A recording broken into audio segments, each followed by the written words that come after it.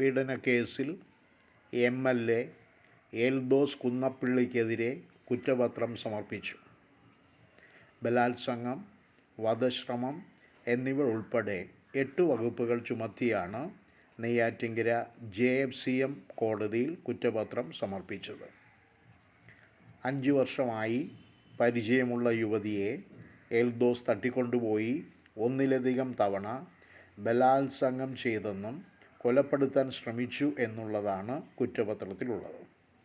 മറ്റുള്ളവർ യുവതിയെ ഭീഷണിപ്പെടുത്തിയെന്നും കുറ്റപത്രത്തിലുണ്ട്.